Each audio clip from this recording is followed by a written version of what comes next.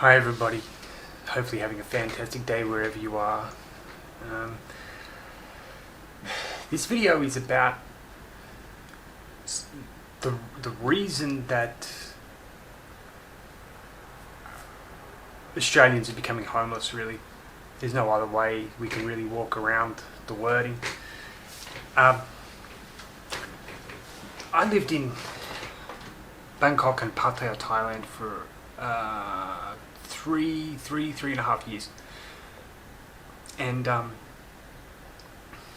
during the time there, I was what you call an IELTS trainer, which is the International English Language Test, which you require to get residency and citizenship in Australia, or education visa, and to work in Australia as well. It's like it adds to the points if you've got a high score. I don't really understand all the visa conditions, but I was always meeting Indians and Chinese on their way to Australia. Now, just to let you know, I hadn't lived in Australia for 20 years, ever since mid-2000s. Well, I hadn't really been back to Australia. I didn't know how bad it was.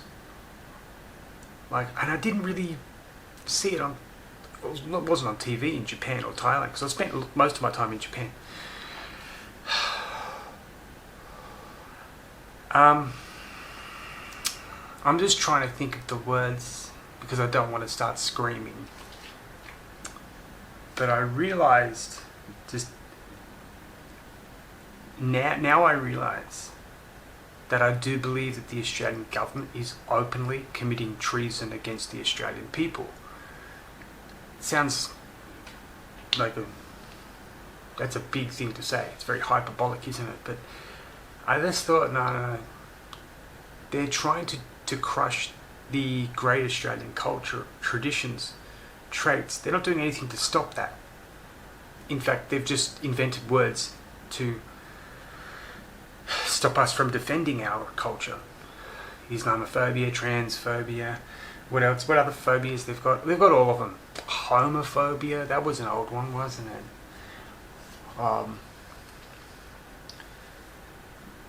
But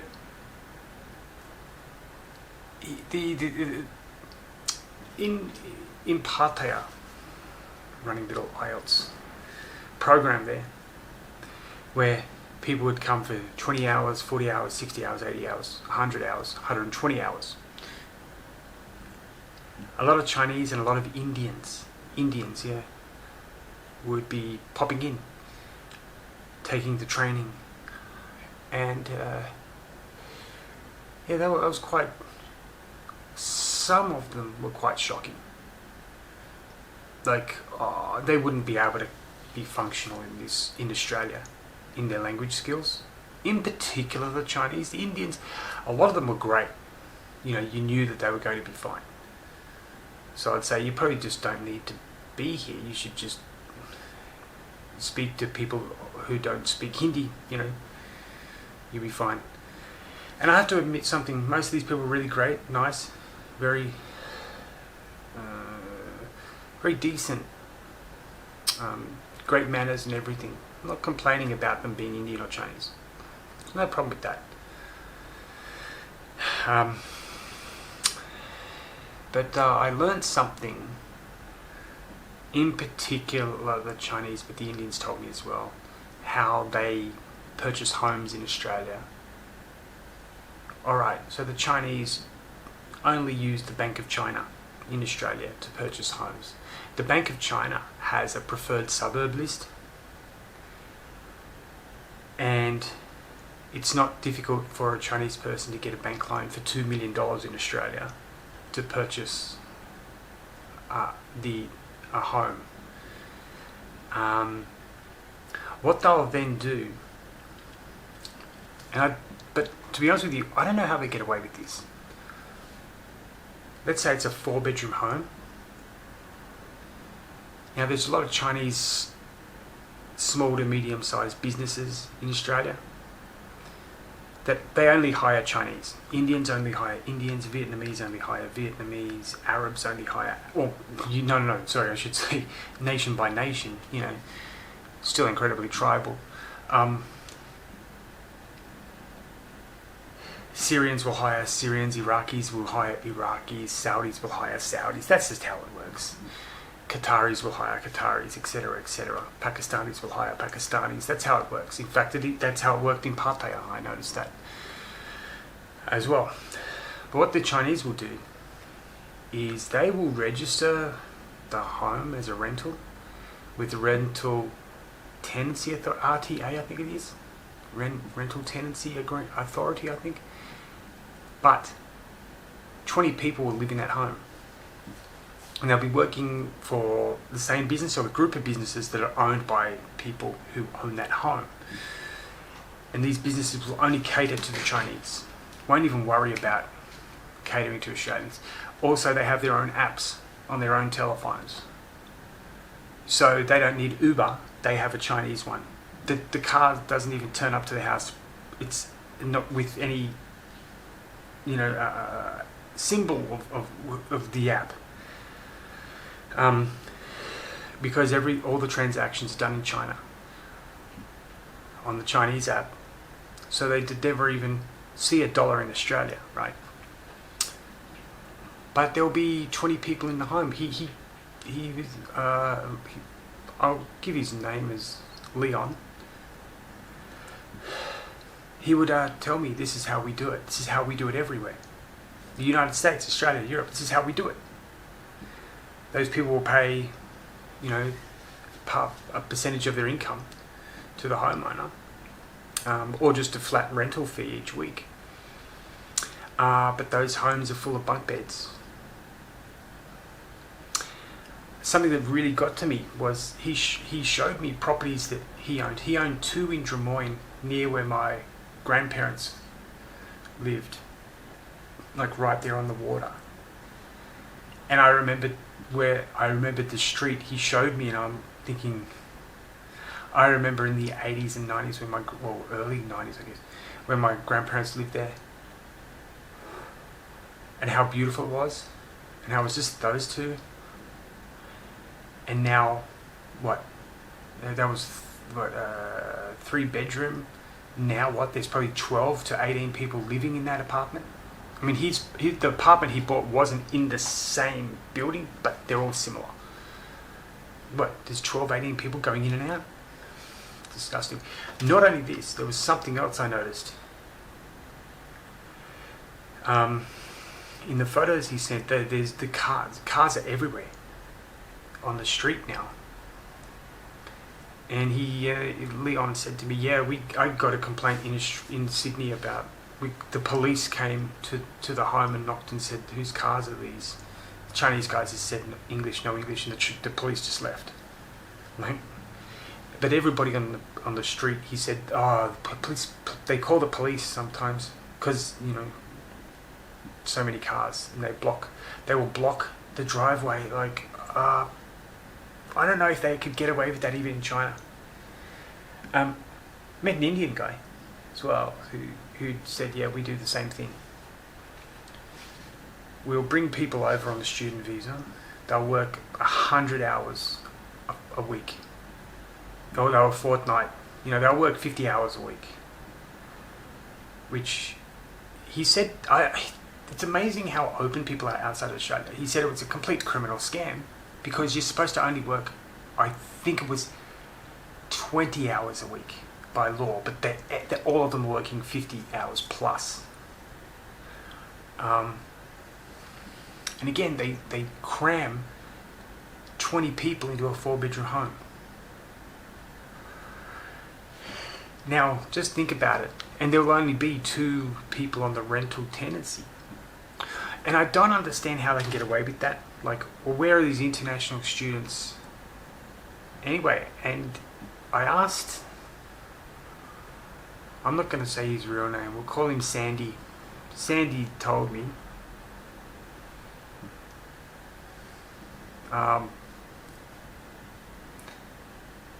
they don't stay, they stay for about a year maximum. and we move them to another place. But the thing is, he said it's so slow for anything to happen in Australia. Like, it doesn't matter to us, because by the time they actually come to look at the home, investigate, the student has moved to another house. But I can't understand. Wouldn't the address change? Like, don't they have to have a registered address? He goes, yeah, they don't. Think about it. It's money coming into Australia from international students. They just don't go after us for it. But again, Indian-owned businesses, Indians employed only. Everything is cash. They don't pay taxes. They'll pay the minimum required to keep the business operating, but everything is cash sale. The importers are Indian, the distributor is Indian, the wholesalers are Indian, everybody in the shop, any repairs are done by Indians. It's a completely separate economy. So the idea that we're a diverse society is bullshit. We're basically racial enclaves, okay? And some people will, and I guarantee you Australians will do this too, but some people will scam the system because they know they can get away with it. The difference between the Indians and the Chinese, though, is the Chinese can go to Bank of China and get a loan for the preferred suburbs. It's not difficult. But for Indians, they'll borrow like $1,000 from 2,000 people back home, then pay them back little by little. But also, the family members of those people that they've just borrowed money from will be the ones that they bring over, right? And it's sort of he said that, Sandy said there's a network that we just keep using. Once you've invested, we're going to work with you to try to get your people over. Then we'll try to do another house as well. But he said at the end of the day, the rents, they're making so much by putting 20 people in one home, or 15 people, 20 people, 4 people a bedroom, bunk beds and all this. They're making so much that they're basically buying a home every few months. Like they said it's so easy in Australia. You just turn up to the bank with double the usual deposit, and the bank will just go, yep, you can have it.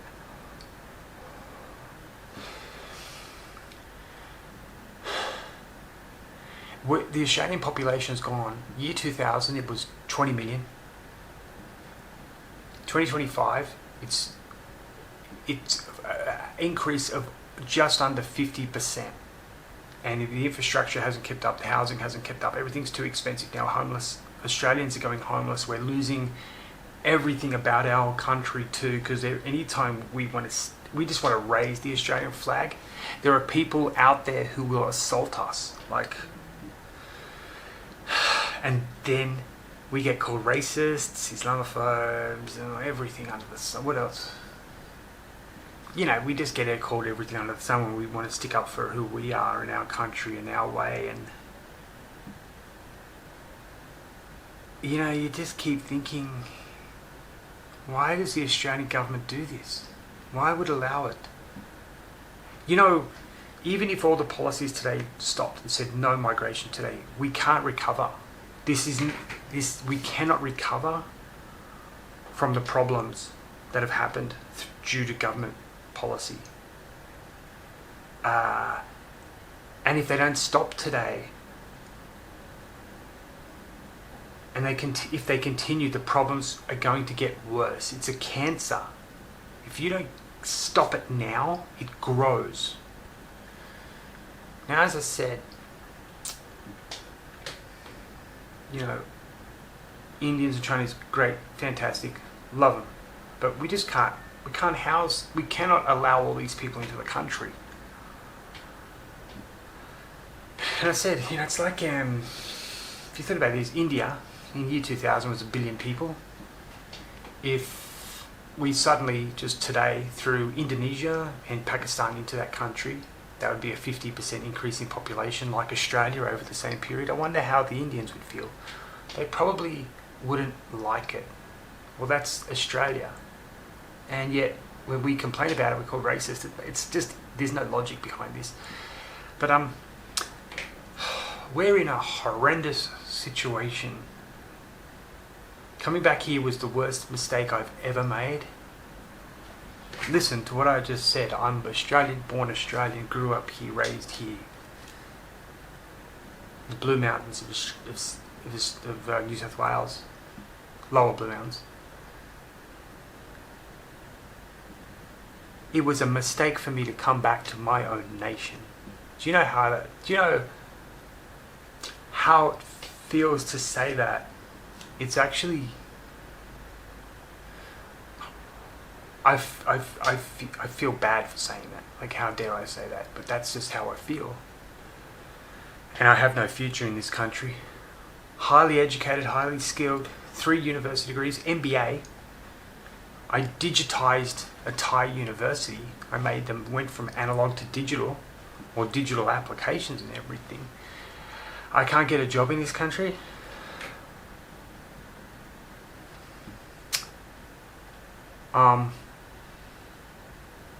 Yeah, it's very strange. I know why I can't get a job too. A HR manager actually said, we really only need Hindi and Chinese speakers nowadays. You know, it's like we really want people who speak those languages. We don't even need Japanese speakers anymore. Because one of the colleges I worked for in Brisbane while I was in Japan, they wanted a Japanese speaking Australian. So anyway, nowadays they say, no, we don't even need Japanese. They're not coming. They can't afford it. And amazingly, 2 weeks ago at one of the gyms I go to, there were a couple of Japanese gentlemen there. They said they may go back because it's so expensive now. They're like shocked. And we were comparing prices for properties in the middle of Tokyo, Japan, that were large properties compared to like right on the outskirts of the Gold Coast for the same. They're like triple the price of prime Tokyo real estate. You're like, what? What's going on? For a long time, our political leaders have traded Australian quality of living for Australians and the preservation of our culture for new Labor Party voters. And the Liberal Party have been nothing but supportive of this. And these people do not assimilate. They do not engage in the Australian culture. I'd say the majority don't. They'll take our money, but they won't assimilate. They won't become what Australia is all about. The Australian government helps them. They've now just set up an illegal migrant help centre. Like, are you serious? The amount of money that the Australian government is spending on illegal on migrants coming into this country, who just fill the low-skill labour jobs, they don't really add value to the economy. That money could have been spent on Indigenous Australians getting apprenticeships, like electricians, carpentry, motor mechanic, building. They could have done really well for themselves, really had. But no. Instead of that, the government decided that our future is in migrants who have completely different ideologies to us. That to me is a case study in treason. And yet there are still people out there that vote Labor and Liberal and the Greens. I believe that the Greens are just the radical left-wing lunatic arm of the Labor Party. Their job is to get the radical left-wing lunatics to vote for Labor, right? So like the Democratic Party in the US. You have democratic socialism, socialists like that Bernie Sanders. And he's only really just a puppet for the Democratic Party, which, as we see, is one of the greatest money launderers and grifting organisations the world has ever seen. If we have a look at Minnesota, California, New York, what's going on there, Philadelphia as well, and even Ohio, you know. So yeah, I'm probably going to try to get out of this country again, cut my losses. I've lost everything. I have nothing left actually, so I don't exactly know what I'm going to do. I don't think there's much I can do, but it is really sad. This is no longer my country, because there's nothing I can do to stop the treason of the Australian federal and state and councils as well, because their budgets keep going up and up and up, and we're paying for it, and we don't have any money left. I guess that's how communism works, right? It works until nobody has any money left. Australian federal government, state governments, councils, they're just kleptocracies. So, anyway, don't know what to do anymore. But yeah, I can't recognise my country. So, stay safe, good people. Stay peaceful. Don't raise your hands because someone's a migrant. Don't do that kind of shit. Can't blame them. They thought this country was great too. I've had migrants complain too. They can't afford to live here. But no, it's definitely got to vote them out. Vote these bastards out. And vote for people that... I don't give a shit what their policies are, but they just have to be pro-Australian. And they have to say we have to get back to 20 million people. Or find a way to reverse the damage done by importing another 50% population from the year 2000 to 2025. It's unsustainable. This place will go down, and it is going down, and no one can deny it who's on the street, who's living it. Politicians can, because they live in Canberra and they have no idea what the hell goes on, or they live in the lavish lifestyle luxury suburbs of their state capitals, so they don't know what goes on. And they have nice big fences too, so they don't have to see what's actually happening in the streets. That's a shame. Alright, good people. Stay safe. God bless. Bye for now.